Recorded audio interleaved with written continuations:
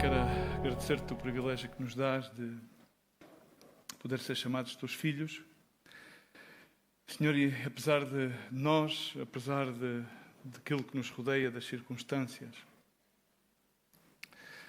da nossa própria escassez, Senhor, Tu aprovisionas misericórdia e graça abundante, Senhor, para podermos deleitar-nos em Ti, na Tua presença e buscar a Tua face, meu Deus, e renovar o nosso homem interior para que possamos ser transformados à Tua imagem e semelhança e possamos ver a Tua glória resplandecente diante de nós, ó Pai. Abençoa a Tua palavra, cada vida, cada pessoa que ouve a Tua palavra, onde quer que ela seja hoje, meu Deus, anunciada, sabemos que não vai voltar para trás sem produzir o fruto.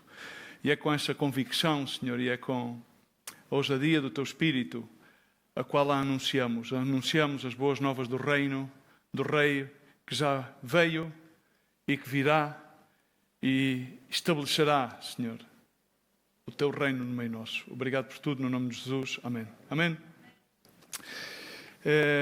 Foi uma semana para mim intensa, um preâmbulo de alguma maneira cansativo. E vinha no avião, cada vez consigo menos pôr as pálpebras para baixo. Vinha a meditar, a pensar.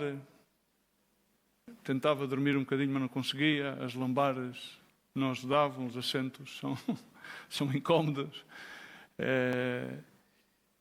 E fazia-me uma pergunta, não é? Fazia-me uma pergunta a mim mesmo e fazia uma pergunta a mim mesmo, principalmente depois de ter passado por vários sítios e ter visto várias pessoas e várias obras e várias circunstâncias. E fazia-me uma pergunta que é uma pergunta direcional, mas é uma pergunta profunda. Porque às vezes nós fazemos as coisas simplesmente porque temos que cumprir certa e determinada tarefa. Às vezes temos que comparecer em certa e determinada ocasião, temos certas e determinadas coisas agendadas. Outras vezes fazemos as coisas porque temos algum desejo, algum impulso do nosso coração que nos leva a fazer certas e determinadas coisas, seja elas de que âmbito sejam, já seja do nível profissional, já seja do nível familiar, já seja do nível, enfim, espiritual também. Muitas vezes simplesmente fazemos por fazer. E aquilo que eu me perguntava é para onde é que estamos a ir. E o título desta mensagem é para onde estamos a ir. Vivemos num tempo em que se houvesse uma palavra mote ou uma palavra-chave, seria a palavra rápida ou rápido. Porque hoje é tudo rápido. Ou seja, temos internet rápida, temos vias rápidas, temos compras rápidas, entregas rápidas. Ao fim e ao cabo, o tempo no qual vivemos, aquilo que muitas das vezes parece que é a chave de todas as coisas é ir rápido, ter rápido, alcançar rápido, fazer rápido, obter as coisas rápido. É tudo rápido. A comida é rápida, fast food, comida rápida. Então é tudo rápido e é tudo agradável ao olho. E às vezes pode acabar que podemos ir muito rápido, mas não sabemos para onde é que estamos a ir. E isso acontece também no contexto da igreja. Porque a igreja, como nós temos por entendido, que somos nós individualmente, mas somos todos, sobre todas as coisas, somos uma comunidade, somos uma assembleia de pessoas, somos uma casa, porque tu e eu temos de ser uma casa e um coração. Mas a questão é que para sermos uma igreja, uma comunidade, uma casa e um coração, temos que estar ordenados, significa ter ordem, estar em ordem, temos que ter visão para poder alcançar o objetivo do Evangelho. O objetivo do Evangelho é anunciar as boas novas àqueles que estão abatidos, é anunciar as boas notícias àqueles que têm más notícias, é pregoar vista àquele que não vê, é pregoar sanidade àquele que está enfermo. Mas para isso é necessário, sobre todas as coisas, que saibamos onde estamos e para onde vamos. Porque ir rápido não significa que possamos estar a ir na direção certa. nomeadamente no trabalho de visitar os irmãos. E eu fazia-me esta pergunta porque muitas vezes também me encontrei na vicissitude de simplesmente fazer algum do trabalho que é a minha responsabilidade fazê-lo porque tinha que o fazer. E às vezes quando fazemos as coisas porque temos que a fazer, provavelmente não estamos a ir na direção que Deus pretende que vayamos. E então surge-me esta pergunta que Deus coloca no meu coração, não para mim, mas para todos, porque podemos ir muito rápido e podemos fazer muitas coisas, mas provavelmente não estamos a ir na direção certa. Há uma ilustração que já usei mais que uma vez, que vou voltar a usá-la, nomeadamente referente a Mr. Huxley, mas não vou encontrar a palavra do Huxley nem o contexto do filme, mas vou simplesmente contextualizá-lo sobre uma pessoa que estava hospedada num hotel e rapidamente sai do hotel e pediu à pessoa que estava na recepção que lhe mandasse chamar um táxi. Ele precisava de sair e não ia para o aeroporto, ia apanhar um comboio, mas saiu com pressa. E ele pensou que tinha dito onde é que queria ir. Então entrou no táxi e disse rápido, rápido, rápido. E o taxista depois começou a andar rápido, até que a certo momento o homem estava no táxi e começou a ver que ele não estava aí na direção da estação dos comboios. E então perguntou ao motorista do táxi, ou do Uber, ou do Glovo, você sabe onde está a ir? E o homem responde, sem olhar para trás, olhar pelo espelho e diz-lhe: meu senhor, eu não sei, mas estou a ir rápido, foi o que você me mandou. É caricato, mas muitas das vezes esta história descreve a vida de muitas pessoas.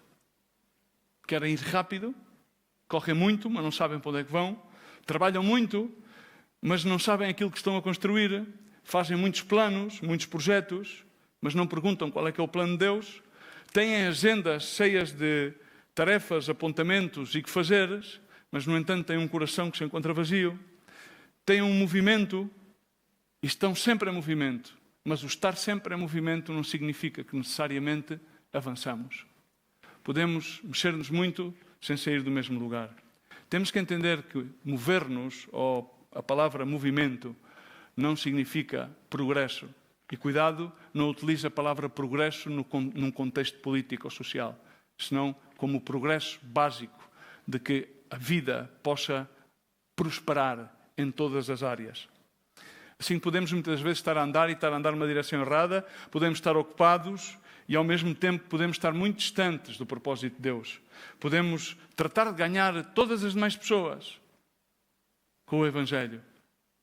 E ainda assim podemos correr o perigo de perder a nossa alma. A palavra de Deus faz referência, nomeadamente no livro dos Provérbios e em muitas outras cotações. Faz uma referência, nomeadamente no Provérbio 29:18. Na Almeida Revista e Corrigida diz que onde não há profecia o povo se corrompe, mas aquele que guarda a lei, esse é feliz. Na Nova Versão Internacional diz onde não há revelação divina o povo se desvia, mas aquele que é feliz quando obedece à lei. Na Nova Versão Transformadora da Sociedade Bíblica Brasileira diz: o povo que não aceita a orientação divina corrompe-se, mas quem obedece à lei é feliz. Noutras versões dizem de onde não há visão, o povo perece. Ou seja, ao fim e ao cabo há palavras que são comuns. Um é revelação, outra é visão, e eu queria que tu guardasses estas palavras: revelação, visão e orientação divina. Orientação. Muitas das vezes as pessoas não têm revelação. São cristãos, mas não têm revelação. Vão à igreja, mas não têm revelação. Querem agradar a Deus, ao Rei dos Reis, ao Senhor dos Senhores, ao Rei do Reino, mas não têm a visão do Reino. Simplesmente ocupam-se a fazer coisas, mas não têm a orientação divina. E então, quando tu não tens estas coisas, quando tens esta lacuna, tal qual como durante várias temporadas o povo de Israel desviou-se e desviava-se exatamente porque não tinha direção, não tinha orientação, não fazia caso aos profetas. Ó Israel, Israel, o que é que farei que isto recolher e não quisestes? Enviei-te os profetas e não atentastes. queria cobrir-te com as asas. Jesus chorava porque o seu povo escolhido não atendia à palavra, não fazia caso aos profetas. E tinha entrado num sistema em que eles cumpriam todas as coisas, iam rápido dentro daquilo que era o calendário que tinham cultural das festas tradicionais dos judeus. Mas, no entanto, estavam totalmente longe do Senhor. Tinham atividade, muitas atividades, cumpriam todas as coisas. Mas, ao fim de contas, continuamente essas próprias atividades levavam-nos a que eles se afastassem de Deus. E muitas das vezes podemos ter muitas atividades na igreja, mas, no entanto, o nosso coração pode estar muito afastado de Deus. Podemos ter muitas atividades ministeriais, mas muitas das vezes podemos, inclusive, abrir obras por abrir, mas sem a direção de Deus. Uma das coisas que constatei nesta viagem, graças a Deus, foi que abrimos obra no Botsuana e pude constatar que a mão de Deus estava sobre esta determinação e alegrei-me. Mas depois entristecei-me a passar por outros países e ver como tantas e tantas coisas são sofridas, infraestruturas que foram levantadas, que foram descuidadas, vidas que foram atendidas, mas, no entanto, não foram renovadas e não foram transformadas. E essa é a dor que nos faz pensar e perguntar onde é que estamos a ir. Como é que edificamos? Como é que colocamos pedra sobre pedra? O que é que nos guia? Qual é a visão que temos? Pedro encontrou, depois de ter sido restaurado por Deus, encontrou uma geração de um povo judeu que tinha preferido Barrabás a Jesus. E Pedro, cheio do Espírito Santo, cheio de ousadia, começando por pregar-lhes a palavra e dar o seu primeiro, por assim dizer, a sua primeira grande oratória pública, fazendo-os de alguma maneira sentir o peso da escolha que eles tinham feito, chegou ao ponto, ao culminar de todas as coisas, depois de ter feito referências, nomeadamente à promessa do Espírito Santo, que iria vir sobre todas as pessoas, nomeadamente aquilo que está escrito em Joel. Isto depois de ter sido cheio do Espírito Santo. E diz que ele com muitas palavras testificava e exortava, dizendo àquelas pessoas: salvai-vos desta geração perversa. Quando nós ouvimos a palavra perversa, a perversidade, normalmente sempre nos levamos a palavra da perversidade a ações, pensamentos e coisas que são provavelmente uma grande abominação. Mas não há maior perversão do que aquela de estar desalinhado com o propósito de Deus. Não há maior perversão. Não há maior perversão estar no caminho, totalmente longe do caminho. Fisicamente presente, espiritualmente ausente. Não há maior perversão.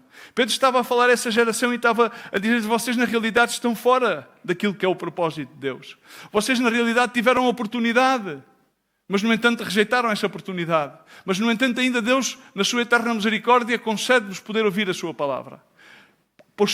Concede-vos a graça de poder não ouvir-me a mim, mas o seu Espírito Santo através de mim.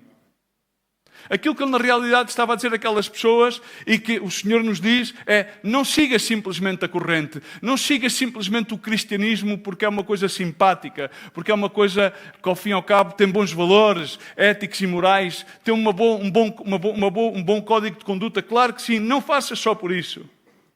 Não deixes que os espíritos que dominam este mundo dominem a tua alma e determinem o teu destino.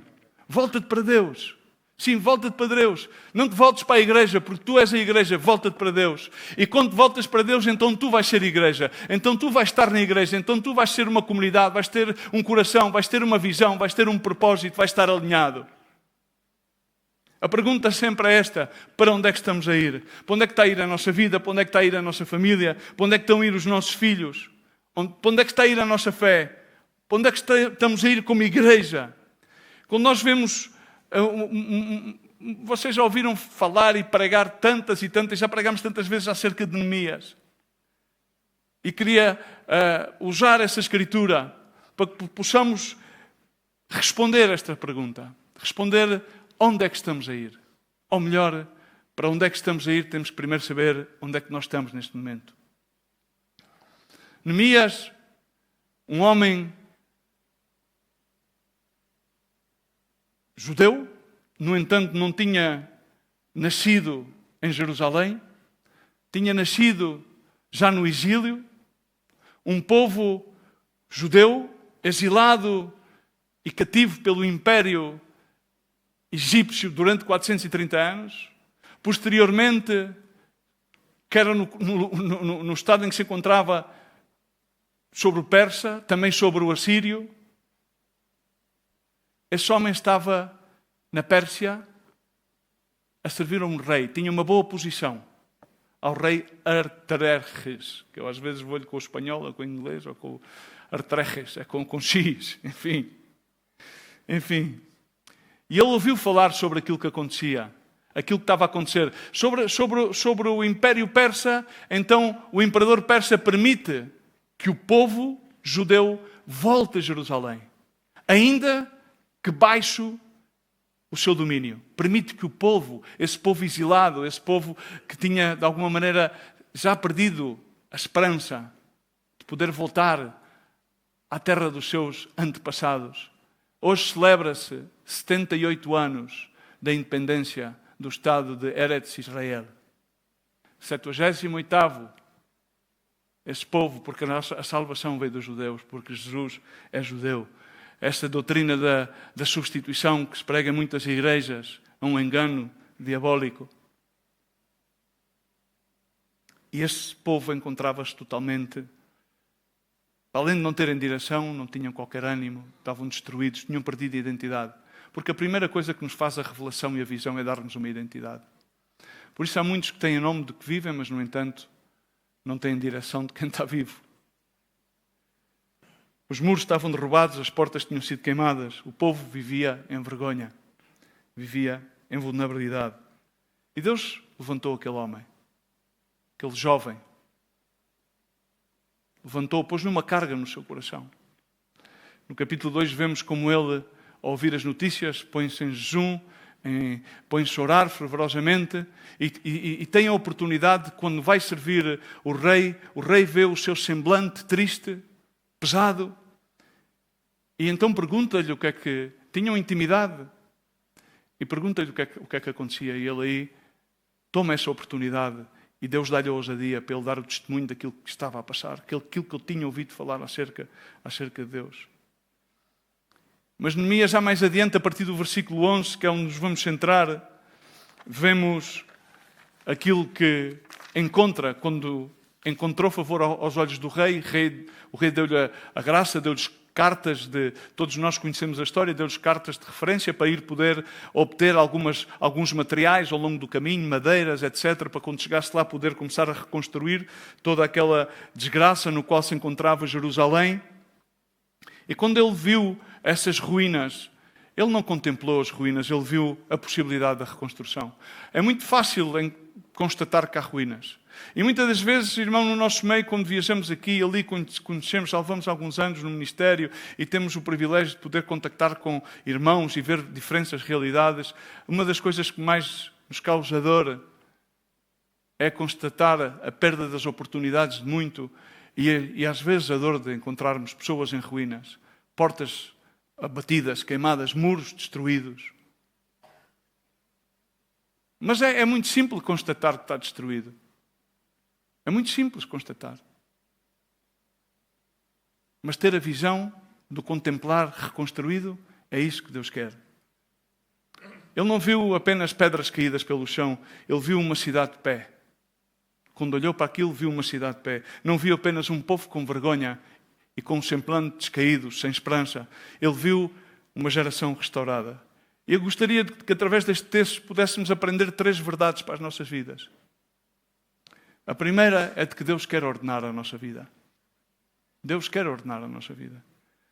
Começando a ler do verso 11 de Neemias adiante, diz que cheguei a Jerusalém, onde estive 3 dias.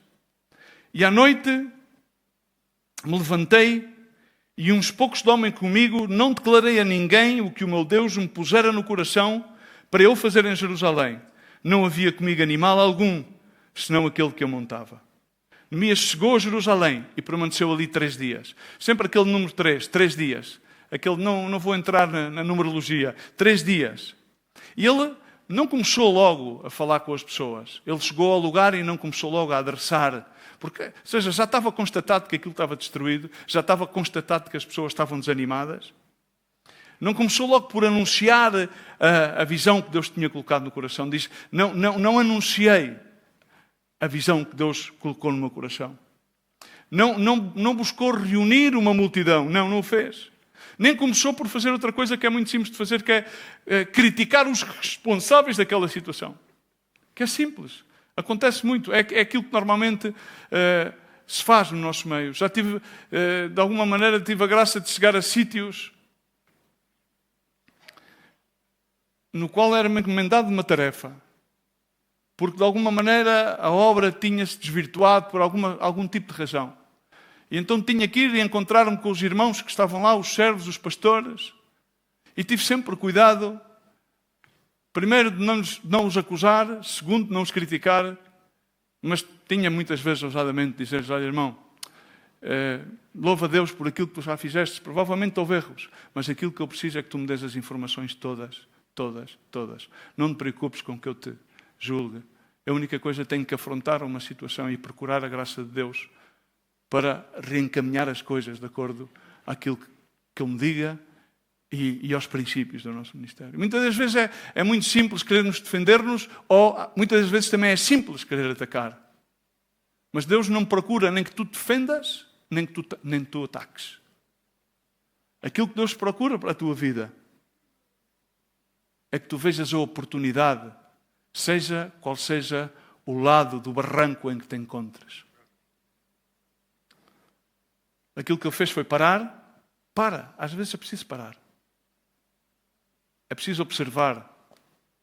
A chave das boas decisões estão em deter-te e teres uma boa observação. Em seguida orou e em seguida discerniu e preparou-se.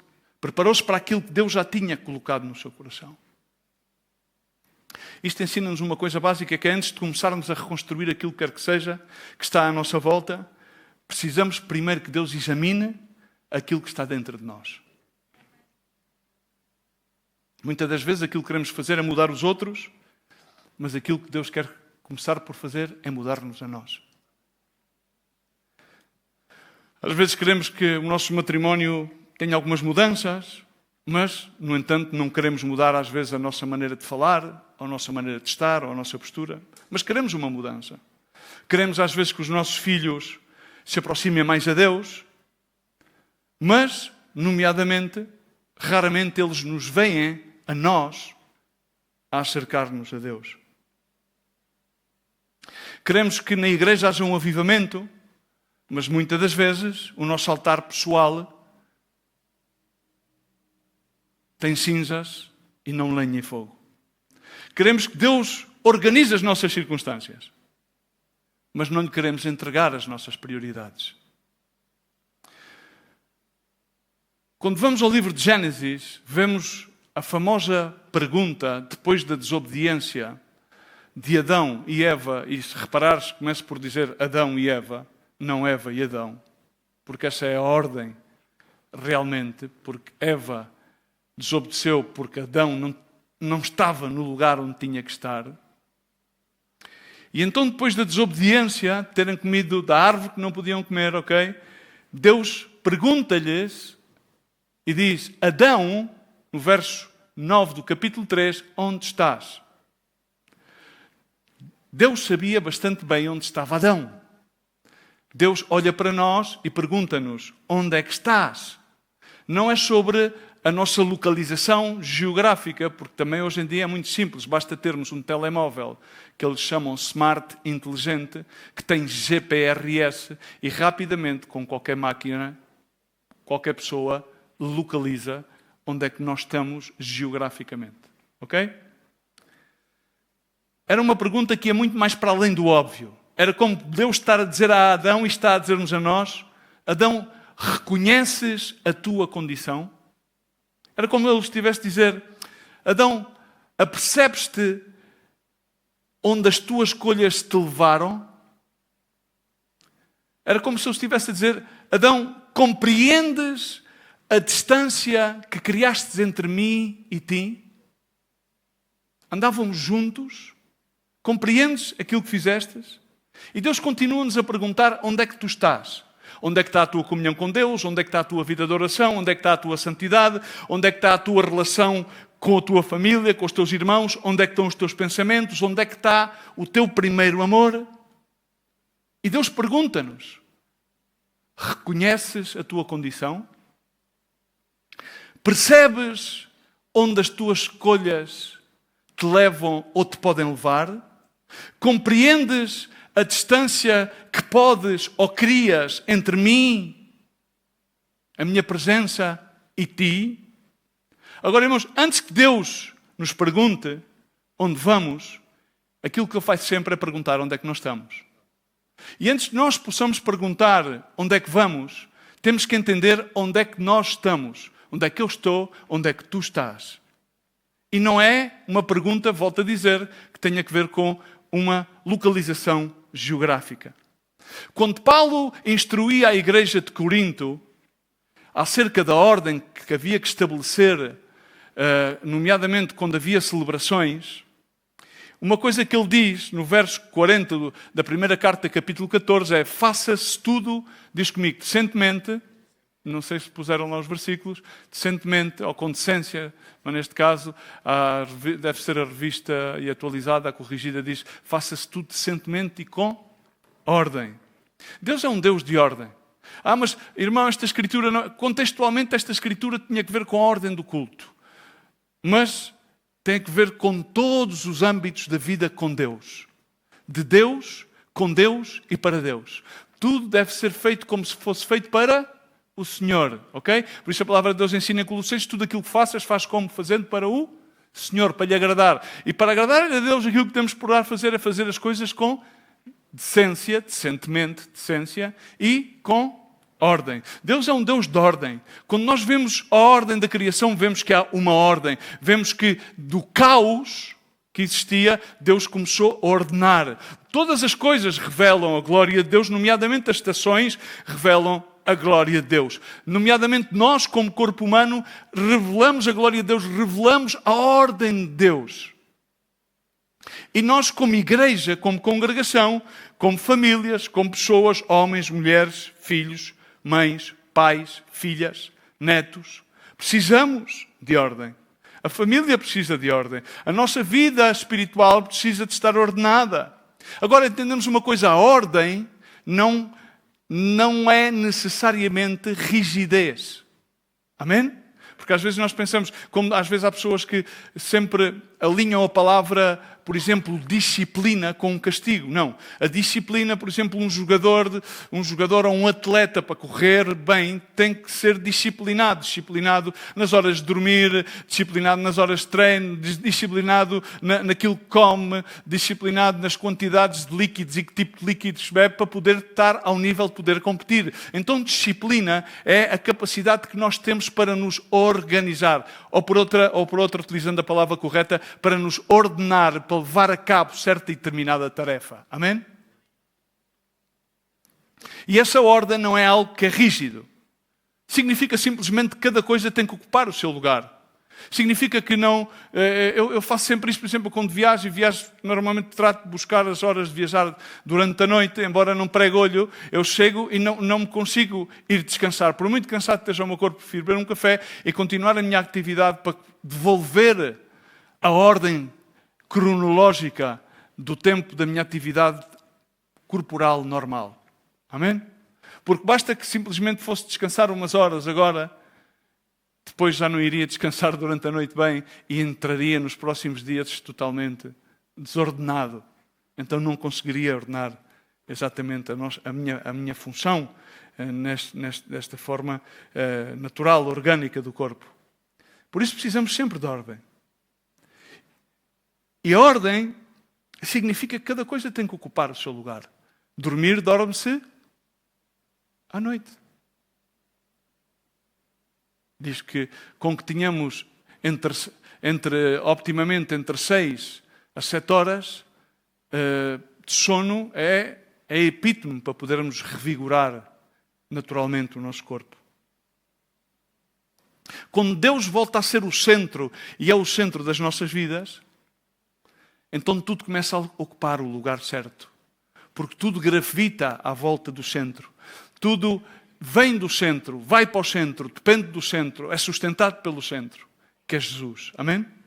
Quando Jesus, no final do sermão, o famoso sermão que foi nomeadamente o discurso mais largo que Jesus adressou, nomeadamente Mateus 5 e 6, e noutros evangelhos que pontualmente agora não me vem à memória onde está tudo, ele termina adressando a ansiedade do homem.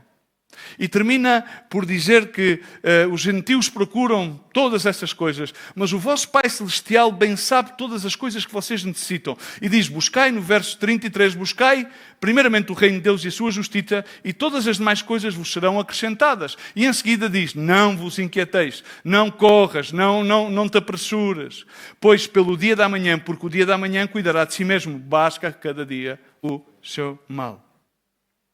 Jesus Cristo estava neste momento a terminar por adressar que a alma humana ansiava por coisas, preocupava-se muito por coisas e isso desordenava a alma. Então ele diz, aquietai-vos porque eu tenho cuidado de vocês. Dá-lhe o exemplo do lírios dos campos, etc. Significa que a ansiedade que vem tomar a nossa alma vai estar a procurar colocar-nos fora do lugar. Ou melhor, vai tratar de tirar Jesus do centro.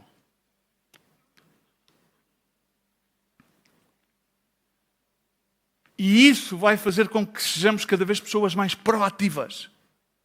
E vai fazer com que muitas das vezes tenhamos as nossas prioridades cada vez mais desordenadas. E o problema de muitas pessoas hoje em dia, mesmo no ministério, é que falta de atividade não têm. Aquilo que têm é uma desordem nas prioridades. Muitas das pessoas trabalham, mas não sabem descansar. Há muitas pessoas que servem, mas não oram. Falam com toda a gente, mas não falam com a sua própria família. Ministram a muitos, mas não ministram à sua própria família. Ensinam a muitos, mas não ensinam a sua própria família. Conhecem as notícias daquilo que passa à volta em todo o mundo, mas não conhecem a palavra de Deus. Passam horas diante de um ecrã, mas dizem que não têm tempo para Deus. Vemos o exemplo plasmado, não sei se isto se apagou, vemos o exemplo plasmado de Marta, nomeadamente que está escrito em Lucas 10, 38 a 42, não faz falta rever, mas simplesmente como nota, recebem a Jesus em casa. Maria posta-se aos seus pés, em contemplação, a ouvir a Jesus. Marta fica atarefada a servi-lo, a preparar todas as coisas para atender a Jesus. Movimentava-se de um lado para o outro, ficou inquieta, ficou preocupada e de alguma maneira, inclusive, um bocadinho irritada. Mas Maria estava sentada aos pés do Senhor. Agora, Jesus não lhe diz a Marta que aquilo que ela estava a fazer era errado. Jesus chama a atenção de que a prioridade é a atitude de Maria. Amém? Mas não diz que aquilo que Marta estava a fazer. Aquilo que estava errado é que Marta priorizou de forma equivocada. Amém? Porque há que compaginar uma coisa com a outra. Porque é possível servir a Cristo. É possível servir a Cristo, servir ao próximo, servir a igreja e deixar de estar ao pé de Cristo. É possível. É possível cantar para Cristo sem adorar. É possível ensinar sem aprender. É possível frequentar os cultos e as atividades e continuar distante de Deus. Irmãos, aquilo que Jesus estava a ensinar é que Ele é a prioridade. Antes de vir à atividade, vem Jesus. Antes das mãos, vem o coração. Antes de servir, vem a comunhão com Cristo. Antes da plataforma para a pregação, vem o altar pessoal com Cristo. Talvez Deus queira mostrar-nos que temos áreas que precisamos de ordenar. Talvez, às vezes, as nossas relações, talvez os nossos hábitos, talvez alguns de nós com alguma ferida, alguma mágoa, talvez alguma prioridade que está alterada, talvez, inclusive, algum pecado oculto. E hoje o Senhor pergunta-te, não onde estás para te expor, mas pergunta-te onde estás para trazer-te de volta à sua presença. E quando Deus quer manifestar nas nossas vidas que há desordem, Ele quer fazer isso não para acusar-nos, não para expor-nos, nem para destruir-nos, mas sim para restaurar-nos. Irmãos, entendamos uma coisa e toma nota. Antes que Deus possa mudar aquilo que está à tua volta, Ele tem que colocar em ordem aquilo que está em ti. Digo outra vez. Antes que Deus possa mudar aquilo que está à tua volta, Ele quer colocar em ordem aquilo que está dentro de ti. Repito, antes que Deus mude aquilo que está à tua volta, Ele quer ordenar aquilo que está dentro de ti. Porque nós queremos sempre mudar aquilo que está à nossa volta. E às vezes essas tarefas de mudar o que está à nossa volta é a desculpa para que não mudemos aquilo que está dentro de nós. E aquilo que Deus quer fazer é que Ele quer alterar aquilo que está dentro de nós. Como segundo ponto, quero dizer que Deus não nos dá uma visão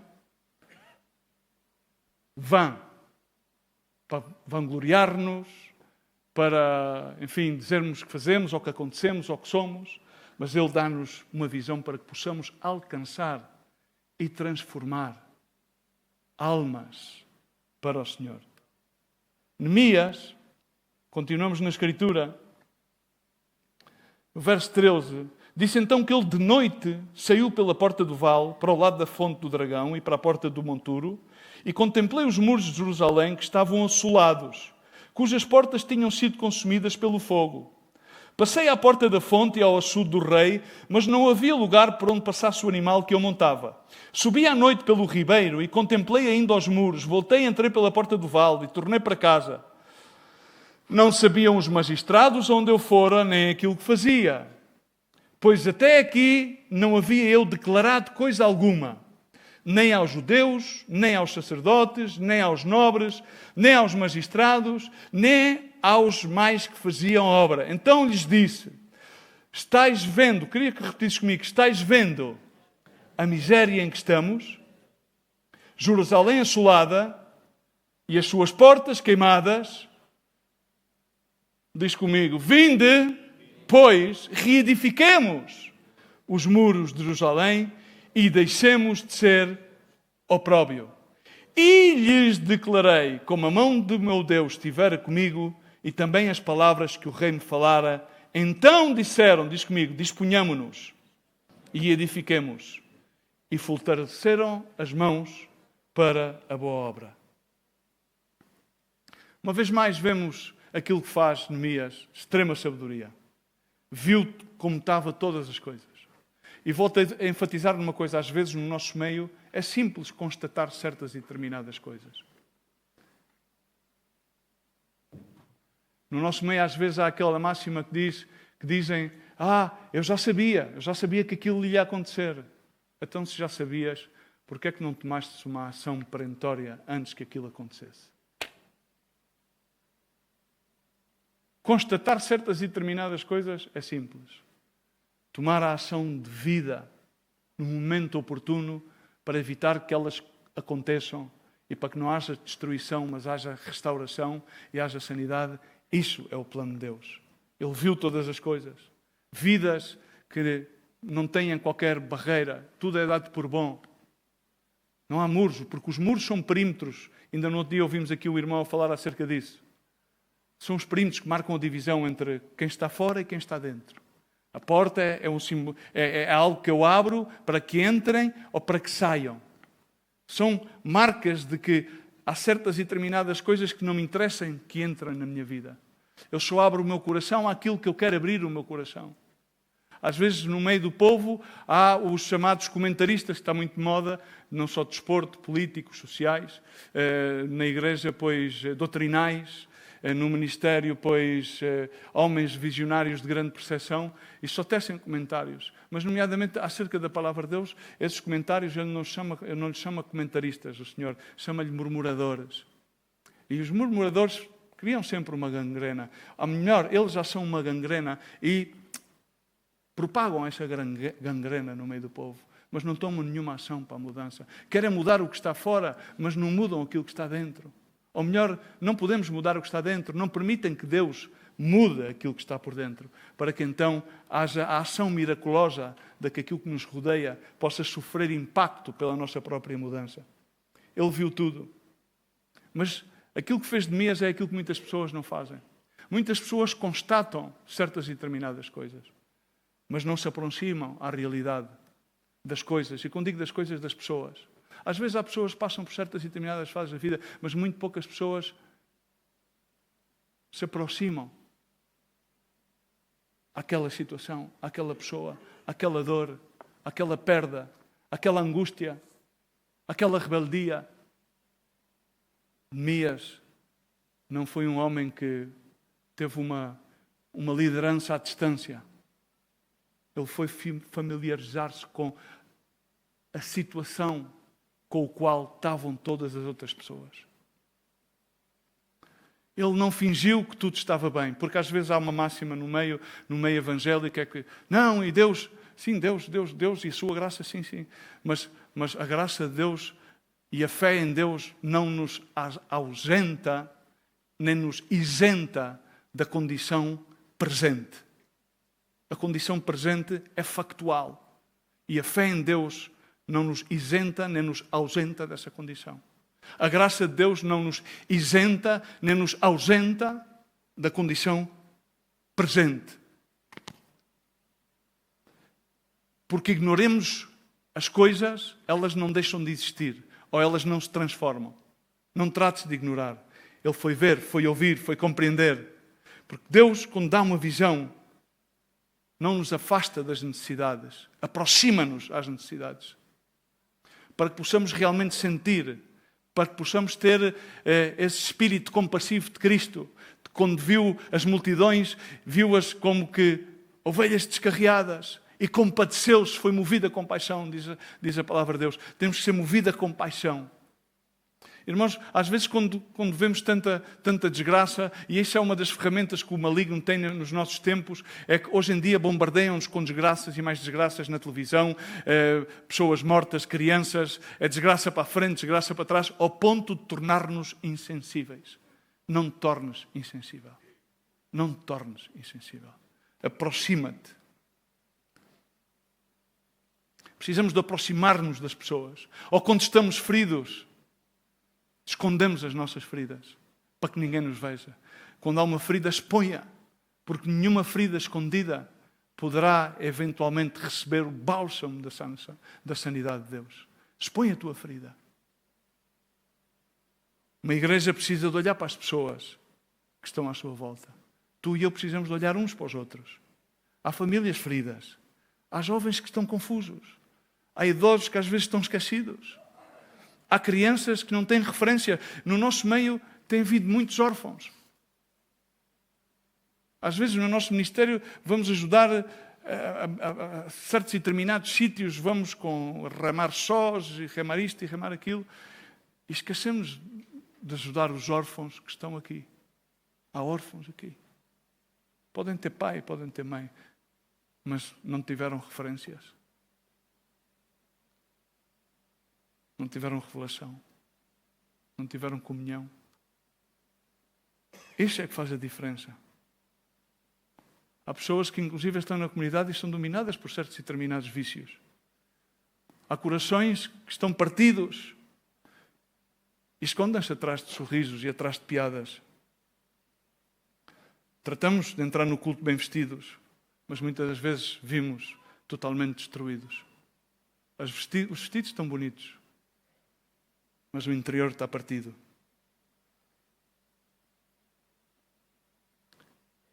E Jesus olha para nós não como uma multidão só.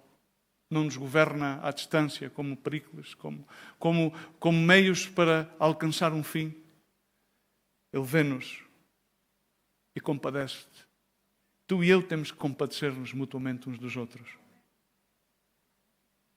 Temos que olhar uns para os outros e temos que ver uma alma, uma história. Temos que ver uma dor. Temos que ver uma ferida. Temos que ver uma batalha. Porque a visão espiritual não é ver aquilo que está à nossa frente. É ver aquilo que está mais para além das evidências. É ver como Deus vê. Muitos podiam olhar para Jerusalém naquele momento e simplesmente dizer, ok, isto está tudo destruído, não vale a pena, sequer o esforço. Neemias olhou para aquilo e constatou, vamos reconstruir. Outros podiam até dizer, mas isto já passou muito tempo, deixa andar, construímos outra coisa nova. Neemias disse e declarou, Deus ainda pode fazer alguma coisa. Diz para a pessoa que está ao teu lado, Deus ainda pode fazer alguma coisa. Ter visão não é negar ou ignorar a realidade. É olhar para a realidade através da fidelidade de Deus, irmãos. Às vezes não tem nenhum problema em assumir que as coisas não estão bem.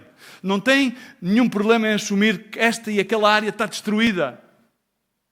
Porque quando nós não o queremos assumir, significa que não queremos aceitar aquela realidade. Mas quando nós aceitamos esta realidade, então começamos a olhar para ela com a perspectiva da fidelidade de Deus. E Deus olha para aquela situação, olha para aquela vida, olha para aquele caos e diz, ainda há possibilidade de restaurar, de reconstruir, de reavivar. Ainda há possibilidade de fazer com que este vale de ossos secos seja um exército. Amém? Essa é a perspectiva da visão. Quando vemos David em frente a Golias, enquanto toda a gente tinha medo, David não olhou para o gigante pelo seu tamanho. David olha para o gigante pelo tamanho do Deus que ele tinha. Nós muitas das vezes temos gigantes e certas determinadas situações nas nossas vidas, conflitos familiares, enfermidades, portas que se fecham, lutas espirituais. Às vezes temos certas determinadas coisas que nos apoquentam. Às vezes temos situações que nos parecem ser impossíveis. E nós aquilo que tentamos muitas vezes fazer é ludibriar e negar esta realidade e de alguma maneira branquear as situações. Não, essa é a situação. Vamos encará-la. Mas encara a baixa perspectiva de que o Deus que te alcançou, o Deus que te salvou, o Deus que entregou a sua vida por ti na cruz do Calvário, é muito maior de tudo aquilo pelo qual nós passamos, iremos passar. Ele é o Rei de Reis. Neemias não viu muros, ele viu pessoas. Muitas das vezes no nosso ministério passa isso, quando vemos as infraestruturas. As infraestruturas só fazem sentido para as pessoas. Se não há pessoas, não vale a pena infraestruturas. Por isso, diz sempre a palavra de Deus, quando Deus nos dá a visão, então Deus em seguida dá-nos a provisão. Há muitas pessoas que querem edificar qualquer coisa já tendo a provisão. Não, Deus dá-te a visão. Deus colocou a carga, a visão no coração de Neemias. E depois deu-lhe a oportunidade para que ele pudesse falar, testificar a sua situação e a situação do seu povo ao rei. E então aí deu-lhe a provisão e ele foi e embrenhou caminho. Amém? Neemias não queria levantar pedras, estruturas, muros, portões. Ele queria levantar pessoas. Há muitos que muitas das vezes simplesmente querem provar-se eles mesmos por fazerem coisas no ministério, por alcançarem. Não. Preocupa-te primordialmente com as pessoas. Alcançando pessoas, salvando pessoas, ensinando as pessoas os rudimentos básicos do Evangelho, da salvação, as doutrinas salvíficas, as doutrinas do Espírito Santo. Ensinas, pões-lhe essa base, ensina de pequenino o menino e ele não se afastará do caminho. A igreja não existe somente para que tenhamos cultos e, enfim, tenhamos uma agenda, tudo isso está bem. A igreja existe e foi colocada por Cristo, quando Jesus Cristo pergunta aos seus discípulos quem é ele. Simão Pedro, filho de Barjonas, é o único que tem a revelação do alto. Ele diz, bem-aventurado sejas tu, Simão Pedro, filho de Barjonas, porque tal verdade não te revelou carne nem sangue, senão o meu Pai que estás no céu. E baixo esta verdade, baixo este fundamento, edificarei a minha igreja, contra o qual o Hades não prevalecerá. Amém? Irmãos, não nos equivoquemos, porque o Filho do Homem não veio para buscar e salvar os justos, nem os especiais, nem os ungidos, mas sim Ele veio para salvar e para buscar tudo aquilo que está perdido. E essa é a nossa função. E, irmãos, e entendamos uma coisa, porque muitos têm uma cultura evangélica, muitos têm culturas ministeriais, mas não têm a cultura do reino. Há muitos dentro do ministério, dentro da casa de Deus, que ainda não estão salvos. Falam uma língua, aprendem acerca de um Deus, mas não conhecem o Deus sobre o qual aprendem e falam. E, ultimadamente, esse Deus, Jesus Cristo, Pai, Filho e Espírito Santo, Ele é o único. Ele é o único. Ele é o centro sobre o qual todas as demais coisas gravitam, todas as demais coisas dependem, todas as demais coisas vão em sentido centrífugo e para sentido exterior, porque toda a deidade nele habita. André, irmão de Pedro, André não pregou o que Pedro pregou, mas André deu a conhecer Jesus a Pedro. Deu a conhecer Jesus a Pedro. Vimos em João 42, diz a respeito de Simão Pedro, diz que André disse, e levou Simão Pedro a Jesus, que o teu ministério e eu se centre nisto, levar alguém a Jesus. Não é o fator das 3.000 pessoas, porque hoje toda a gente é medida em grandeza, rapidez, tudo muito opulento. Não, uma pessoa, uma alma. Talvez até não tenhas título de pastor, ou não sejas isto ou aquilo. Talvez até nem tenhas, às vezes, lugar no púlpito. Talvez até nem saibas cantar.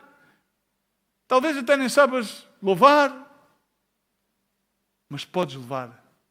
Se tens a Cristo, podes levar pessoas a conhecer a Cristo. Podes acompanhar essa pessoa e dizer, vem comigo. Tu e eu, vamos juntos à casa do Senhor. Vemos o exemplo daqueles amigos que tinham um amigo paralítico e sabiam que Jesus estava ali, está descrito em Marcos capítulo 2. A casa estava cheia de pessoas, as portas estavam bloqueadas, o que é que eles fizeram? Vocês sabem, não sabem? Arranjaram de maneira de subir ao telhado pela azoteia e levar lá o paralítico e ele foi sano. Amém? Arranja maneira de levar. Arranja maneira de que alguém te acompanhe. Arranja maneira que possas julgar por alguém, que possas ter carga por alguém, por um, por dois, por três, mas começa por um. Arranja maneira para abrir espaço e essa pessoa possa conhecer a Cristo.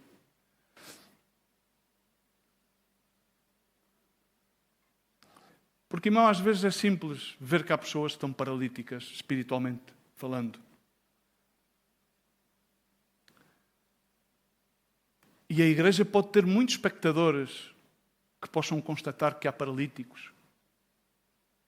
Mas a igreja é composta por pessoas que levam esses paralíticos aos pés de Cristo.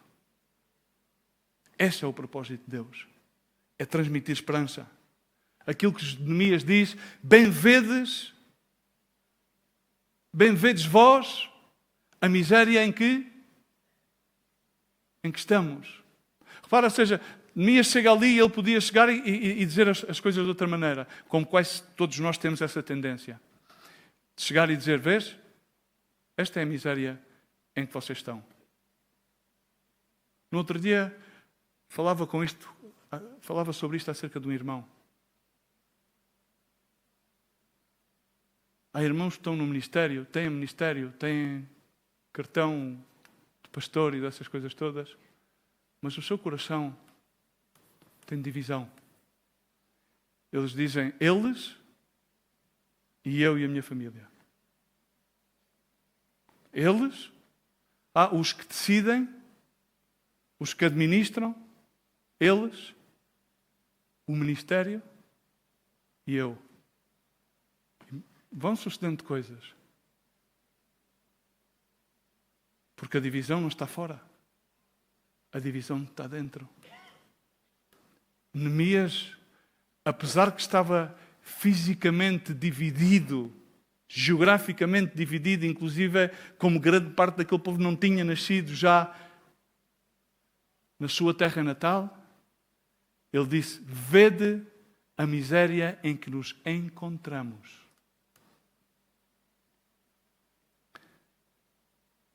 Identifica-te sempre com as pessoas. Não te dividas das demais pessoas. Não te dividas do ministério.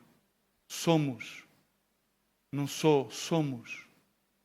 Estamos. Vamos. Vimos. Chegaremos, se Deus quiser. Iremos, se Deus permitir. Ele veio para participar de uma reconstrução. Por isso a seguir vai e declara, vinde, pois, e reedifiquemos. Não diz reedifiquem. Diz comigo, reedifiquemos. Neemias evidenciou o problema, mostrou. E às vezes há que evidenciar, há que dizer, irmão, vês a situação em que nos encontramos? Vês? Tu vês? Então, uma vez que constatas onde estamos, então vamos cobrar ânimo e vamos fazer tudo na graça de Deus para sair desta circunstância. Vamos. A fé não esconde as ruínas. E a fé não transforma ruínas da mesma maneira que as ruínas nunca são uma sentença final. Pergunta-te a ti mesmo onde estás. Pergunta-te a ti mesmo que oportunidades, que pessoas é que Deus coloca à tua volta para que tu possas dar-lhe a conhecer a esperança que é em Cristo Jesus. Talvez Deus esteja a pedir-te para te recentres exatamente na sua missão, na missão para ti. Ele já colocou alguém, alguma circunstância, alguma pessoa. Serve-a, fala-lhe de Jesus, recebe visão e transmite-lhe a visão. Irmãos, quem é alcançado pela graça não pode viver indiferente àqueles que estão longe de Jesus Cristo. Irmãos, quem é alcançado pela graça de Deus não pode viver indiferente ao peso das almas que estão afastadas de Cristo. Isso é uma carga, é um peso. É essa a visão de Deus nutre por essas almas que estão perdidas e que pensam que vão naquela estrada com via verde e vão naquela música dos AC/DC, vão num highway to hell. Vão num highway to hell. Vão na autoestrada para o inferno.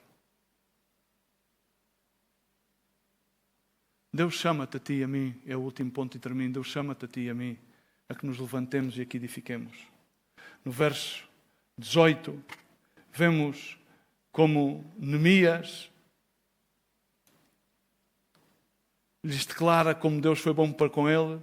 E depois diz, porém Sambalate, o Aronita e Tobias, no verso 19, o servo Amonita e Gesem, o Arábio, quando souberam, zombaram de nós e desprezaram-nos e disseram, o que é isso que fazeis?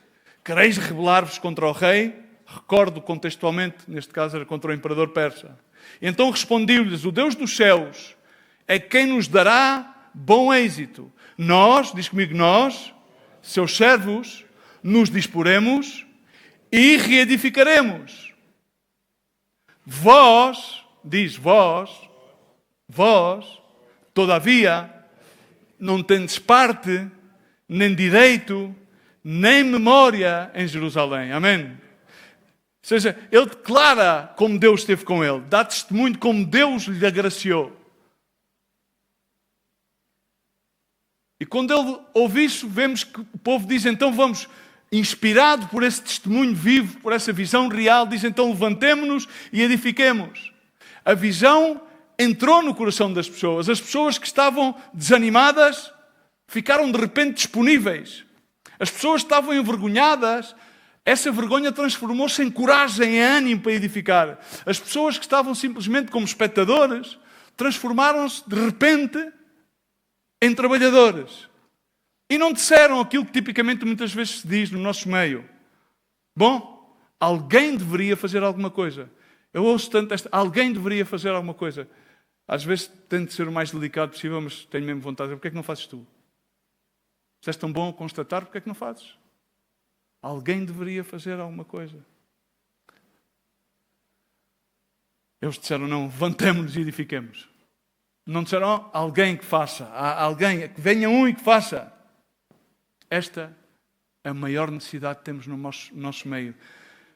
Deixar de dizer, bom, o pastor, estes deviam fazer qualquer coisa.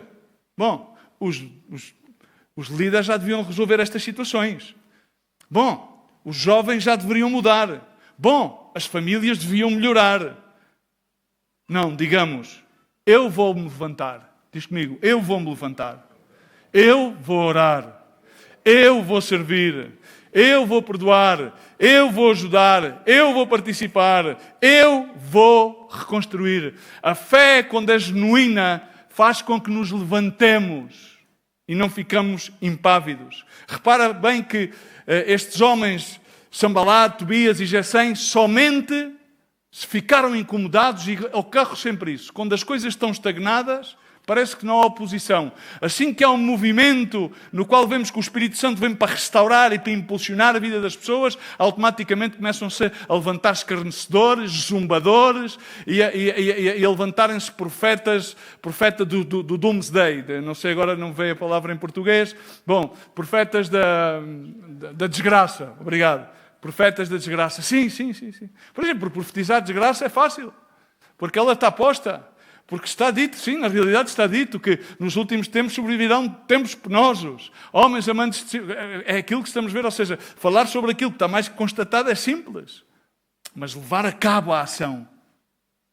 E quando surge esta ação de reconstruir, de resistir ao desânimo, tomar ânimo e coragem, então, irmão, olha, vai haver oposição. Mas quando nós decidimos voltar a orar, irmãos, vão surgir distrações. Fazemos as cadeias, vamos orar e vamos interceder e de repente começa o telefone. Não, mas a culpa é que tu não desligaste o telefone. Essa é a verdade. Quando decidimos perdoar alguém, há sempre alguma forma, alguma ação de que alguma mágoa tenta como tomar outra vez o lugar. Quando decidimos dizer, bom, vou deixar este hábito, esta forma de falar, esta forma de dizer, esta forma de pensar, vou deixar este pecado, então parece que automaticamente as oportunidades para fazer o contrário intensificam-se. Quando decidimos reconstruir alguma área no que diz respeito à família, ao altar familiar, automaticamente começam a surgir obstáculos. Mas há uma coisa que nós temos que aprender, é que o bom sucesso não é determinado pela minha capacidade ou pela tua capacidade, pela tua determinação ou pela minha determinação. Aquilo que Neemias diz literalmente é que o nosso Deus é quem nos fará prosperar. Diz comigo, nos fará prosperar. Quem é que nos dá o bom sucesso? É Deus. Agora, o que é que ele diz logo em seguida? O que é que tu e eu temos que fazer? Nós, seus servos,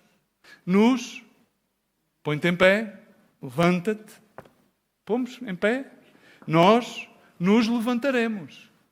Amém? E edificaremos. Porque primeiro quem nos faz prosperar é Deus. A confiança tem que estar colocada nele. Nós tomamos a responsabilidade humana de levantar-nos e edificar. Porque Deus faz somente aquilo que Ele pode fazer. Ele é Deus dos impossíveis. Amém? Deus é aquele que faz o impossível, mas tu e eu somos chamados a fazer o possível, a tomar essa ação. Deus abriu o mar, mas Moisés teve que levantar a vara. Deus derrubou a muralha de Jericó, mas o povo teve que marchar. Deus curou Naamã, mas Naamã teve que se lavar no Rio Jordão. Jesus ressuscitou a Lázaro, mas os homens tiveram que tirar a pedra do sepulcro. Amém? A fé não é passiva, a fé obedece, porque Deus está a estabelecer o seu reino. Amém? E o reino de Deus não se manifesta, simplesmente manifesta-se porque há uma ação. Josué, já com idade avançada, confronta o povo e diz, bom, vocês, vejam o que é que vocês querem fazer. Se querem, uma vez mais, voltar a servir os ídolos que os vossos pais antes serviram. E ele disse, mas a minha responsabilidade, diz comigo, a minha responsabilidade é dizer, eu e a minha casa serviremos ao Senhor. Ele tomou a responsabilidade. Pedro negou a Cristo. Em seguida foi restaurado. Amém?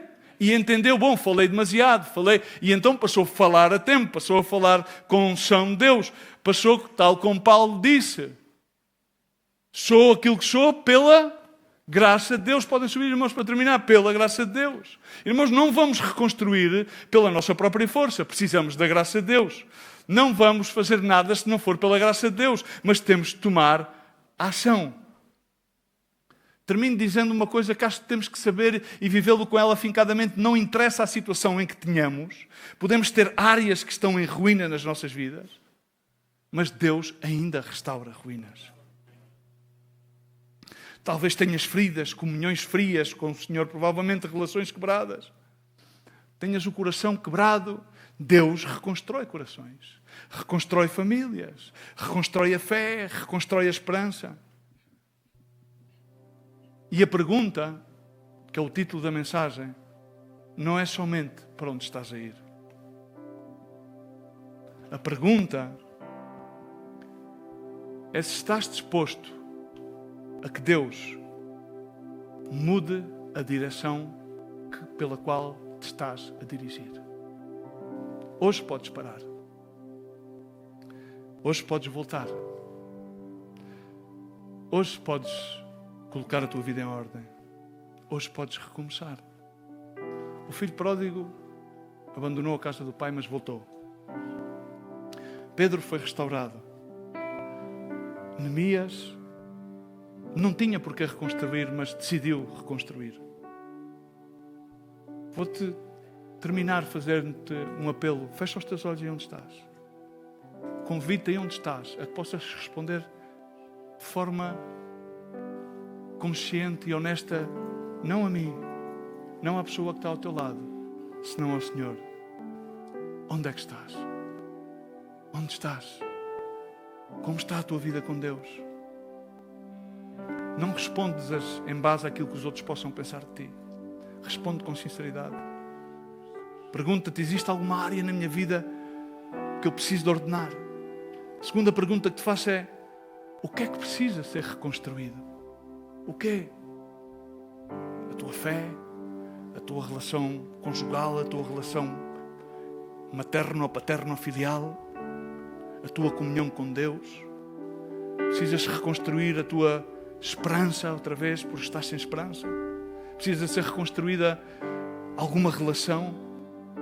Não escondas as ruínas. A terceira pergunta que te faço é, pergunta-te a ti mesmo, quem quer Deus por meio de ti alcançar? Quero dizer-te que há sempre alguma pessoa que precisa de ti e que precisa de mim. Estão à espera, porque diz que Deus tem preparados aqueles que hão de juntar-se, que hão de ser salvos. E eles não vão ser salvos por nenhuma arte mágica. Senão, Deus vai usar-te a ti e vai usar-me a mim. Alguém precisa de ouvir o teu testemunho. Há alguém que precisa de ser levado a conhecer a Jesus. Precisas de acompanhar alguém aos pés de Jesus. E termino com esta última pergunta. Estás disposto a levantar-te? Estás disposto a levantar-te? Perguntas, estou disposto a levantar-me? Não basta com reconhecermos os nossos problemas. É preciso dar um passo.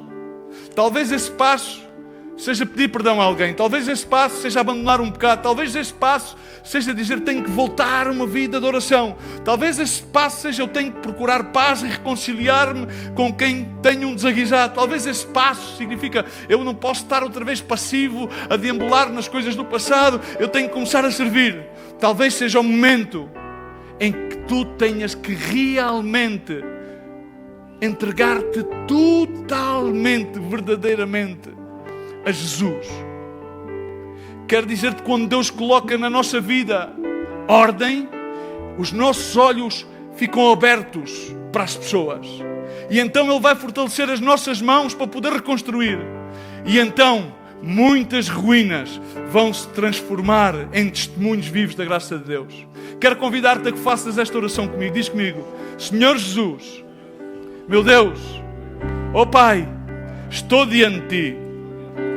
Reconheço muitas das vezes, Senhor, tenho corrido sem perguntar em que direção vou.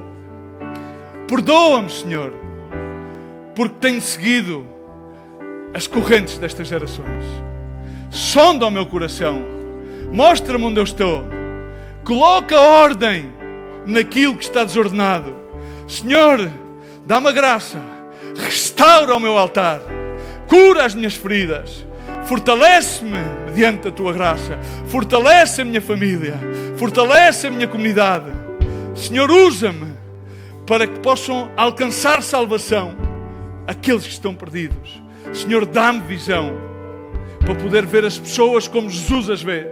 Senhor, dá-me compaixão por aqueles que sofrem. Dá-me a coragem para levantar-me juntamente contigo e edificar. Senhor, pode haver ruínas.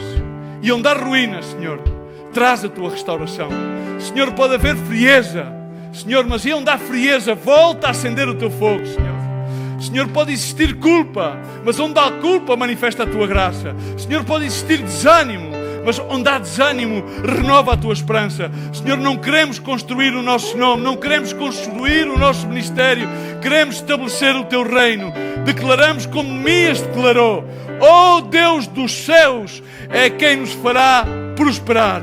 E nós, diz comigo, e nós, seus servos, levantaremo-nos e edificaremos no nome de Jesus, no nome de Jesus, no nome de Jesus. Levanta-te e edifica, no nome de Jesus. Volta a tomar direção, no nome de Jesus. Toma orientação divina, no nome de Jesus. Cobra ânimo, no nome de Jesus. Compadece-te quem está à tua volta, no nome de Jesus. Alça os teus olhos ao céu e vê e contempla a glória do Rei, que Ele vem em majestade. Ele manifesta-se no nosso meio. Ele impulsiona-nos, não nos deixa passivos. Ele anima-nos, Ele esforça-nos para que, mediante a sua graça, possamos ver o seu reino estabelecido. E o reino das trevas está totalmente destruído no nome de Jesus. Adora a Deus neste momento, glorifica a Deus nesta manhã, no nome de Jesus, e diz: levantaremo-nos e edificaremos. Levantaremo-nos e edificaremos no